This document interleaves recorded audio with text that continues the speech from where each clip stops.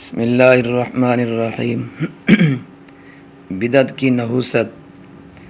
ایک آدمی مسجد میں بیٹھ کر 100 بوتلیں شراب کی پیے تو اس کا کتنا گناہ ہے؟ ویسے تو ایک بوتل کا بڑا گناہ ہے۔ سمجھانے کے لیے کہہ رہا ہوں کہ 100 بوتلیں شراب کی پئیں تو کتنا گناہ ہوگا۔ ایک بدعت کا گناہ اس سے بھی زیادہ ہے۔ وجہ اس کی یہ ہے کہ گناہ سے دین کا نقشہ نہیں بدلتا۔ گناہ کرنے والا بھی گناہ کو گناہ سمجھتا ہے، اس سے توبہ بھی کر سکتا ہے، دین نہیں سمجھتا۔ اور جو بدعتی ہوتا ہے، بدعت سے دین کا نقشہ بدل جاتا ہے۔ بدعتی بدعت کو دین سمجھ کر کرتا ہے اور ثواب سمجھتا ہے، اس لیے اس کو توبہ نصیب نہیں ہوتی۔ اور جن لوگوں نے دین کو بھلایا ہوا ہے، بدعات ان کا دین ہے، اگر تم بدعات کا رد کرو تو وہ کہتے ہیں انہوں نے ہمارے دین کی مخالفت کی ہے۔ اس لیے 100 گناہ کبیرہ ایک طرف اور ایک بدعت ایک طرف ہو تو بدعت کا گناہ زیادہ ہے، کیونکہ اس سے دین کا نقشہ بدل جاتا ہے، اور بدعتی بدعت کو ثواب سمجھ کر کرتا ہے، اس لیے اس کو توبہ کی توفیق نہیں ہوتی، کیونکہ وہ اس کو کار ثواب سمجھتا ہے، اور ثواب کے کام سے کیوں توبہ کرے۔ مثلا ابھی آپ نے صبح کی نماز پڑھی اور درس سن رہے ہو تو اللہ تعالیٰ کا شکر ادا کرو کہ اس نے توفیق عطا فرمائی۔ اب تم یہ نہیں کہو گے اے پروردگار، یہ جو میں نے نماز پڑھی ہے اس سے میری توبہ، اور یہ جو میں نے قرآن سنا ہے اس سے میری توبہ، بلکہ شکر ادا کرو گے کہ الحمدللہ، اے اللہ تیرا شکر ہے کہ تو نے مجھے نماز کی توفیق عطا فرمائی ہے۔ اور جو بدعتی جب بدعت کو دین سمجھ کر کرے گا تو اس سے توبہ کب کرے گا؟ تو اسی طرح بدعتی سے توبہ کا سلب ہو جانا ہے۔ چنانچہ حضرت انس رضی اللہ تعالی عنہ کی روایت میں آتا ہے کہ حضرت صلی اللہ علیہ وسلم نے فرمایا، ان اللہ تعالی قد حجب التوبۃ عن کل صاحب بدعۃ، بے شک اللہ تعالی نے بدعت کرنے والے پر توبہ کا دروازہ بند کر دیا ہے۔ بدعت کی اتنی نحوست ہوتی ہے کہ دل میں توبہ کی صلاحیت باقی ہی نہیں رہتی، جس طرح غالی کافروں میں ایمان کی صلاحیت باقی نہیں رہتی۔ رسوم باطلہ۔ اسی کے متعلق ایک کتاب ہے تحفۃ الہند کی روشنی میں مولانا عبید اللہ مرحوم سندھی، یعنی جب یہ آئے تھے، یہ 9 مسلم تھے، پہلے یہ پنڈت تھے اور لدھیانہ کے رہنے والے تھے، بڑے پڑھے لکھے آدمی تھے۔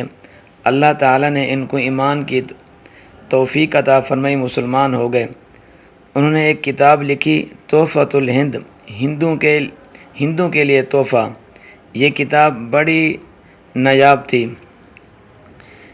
فرمایا اس کو لے کر ضرور پڑھو۔ اس میں انہوں نے ثابت کیا ہے کہ تیجا، 7واں اور 10واں برسی منانا، عرس لگانا، یہ تمام ہندوؤں کی رسمیں ہیں جو ہمارے اندر آ گئی ہیں۔ مسلمان، اے ہندوستان میں اسلام پھیلا، ہندو سکھ مسلمان ہوئے، مگر ان کی جو رسمیں تھیں ان کو نہیں چھوڑا، وہ ابھی تک ساتھ چلی آ رہی ہیں۔ مولانا عبید اللہ سندھی رحمہ اللہ کے ایمان لانے کا سبب بھی یہی کتاب بنی۔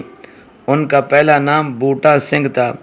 اور عورتوں کو بھی سمجھاؤ اور ان کا ذہن صاف کرو۔ بدعات کا ایک سبب یہ بھی ہے کہ جب تک ان کا ذہن صاف نہیں ہوگا، بدعات ختم نہیں ہوگی۔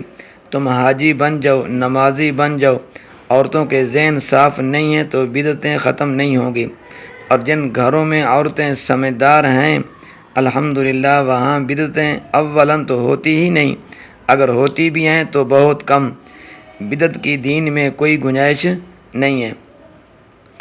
اسی طرح حضرت ابن مسعود رضی اللہ تعالیٰ عنہ کا ارشاد ہے کہ حضرت عبداللہ بن مسعود رضی اللہ تعالیٰ عنہ کوفہ کے گورنر تھے۔ کسی نے آ کر اطلاع دی کہ حضرت فلاں مسجد میں لوگ اکٹھے ہو کر بلند آواز سے درود شریف پڑھتے ہیں۔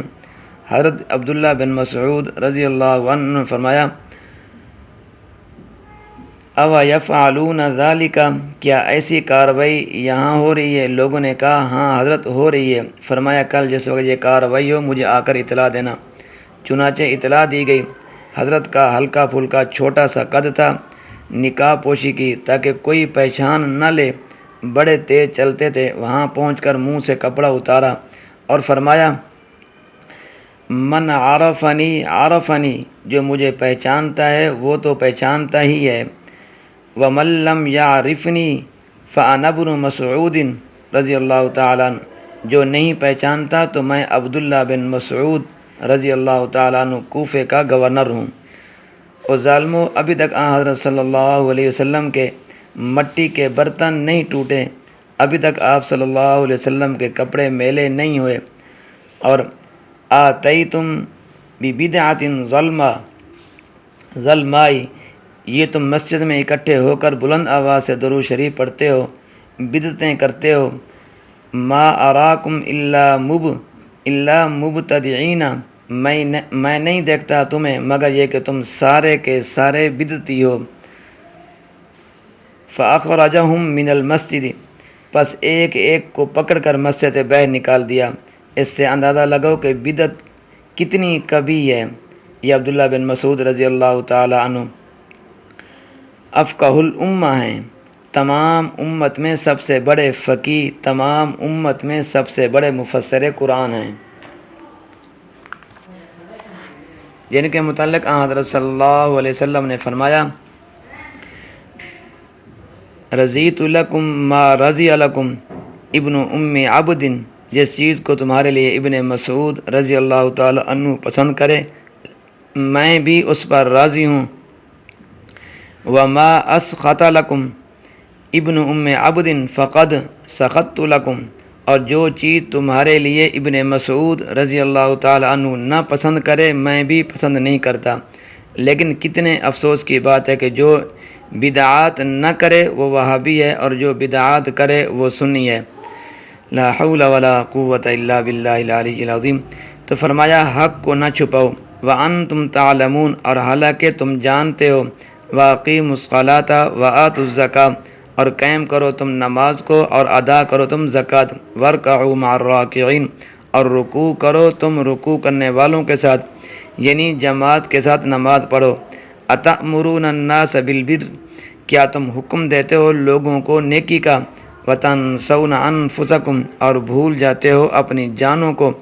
آج ہمارے وعظ اور تبلیغ میں اسی وجہ سے اثر نہیں ہے کہ ہم کہتے زیادہ ہیں اور کرتے کم ہیں، اور پہلے لوگوں کا وعظ اور تبلیغ اس لیے مؤثر ہوتے تھے کہ وہ جو کچھ کہتے تھے پہلے کر کے دکھاتے تھے۔ وَأَنْتُمْ تَتْلُونَ الْكِتَابَ، حالانکہ تم کتاب پڑھتے ہو۔ افلا تعقلون، کیا پس تم اتنی موٹی باتیں بھی نہیں سمجھتے؟ اور استعانت کا غلط مفہوم جو لوگ کرتے ہیں، وَاسْتَعِینُوا بِالصَّبْرِ وَالصَّلَاةِ، اور مدد طلب کرو صبر اور نماز کے ساتھ۔ صبر اور نماز مدد طلب کرنے کا ذریعہ ہے۔ صبر اور نماز سے مدد نہیں مانگنی، بلکہ مدد اللہ تعالیٰ سے مانگنی ہے، جس کا سبق سورہ فاتحہ میں دیا گیا ہے، ایاک نعبد و ایاک نستعین، ہم تیری ہی عبادت کرتے ہیں اور تجھ ہی سے مدد مانگتے ہیں۔ بات اچھی طرح سمجھ لو، غلط قسم کے لوگ بڑا دھوکہ دیتے ہیں۔ چنانچہ ایک بدعتی مولوی صاحب تقریر کر رہے تھے، کہنے لگے، دیکھو سنیو، یہ وہابی کہتے ہیں کہ غیر اللہ سے مدد نہ مانگو، میں غیر اللہ سے مدد مانگنا قرآن سے ثابت کرتا ہوں۔ دیکھو قرآن کہتا ہے، وَاسْتَعِینُوا بِالصَّبْرِ وَالصَّلَاةِ، مدد مانگو صبر سے اور مدد مانگو نماز سے۔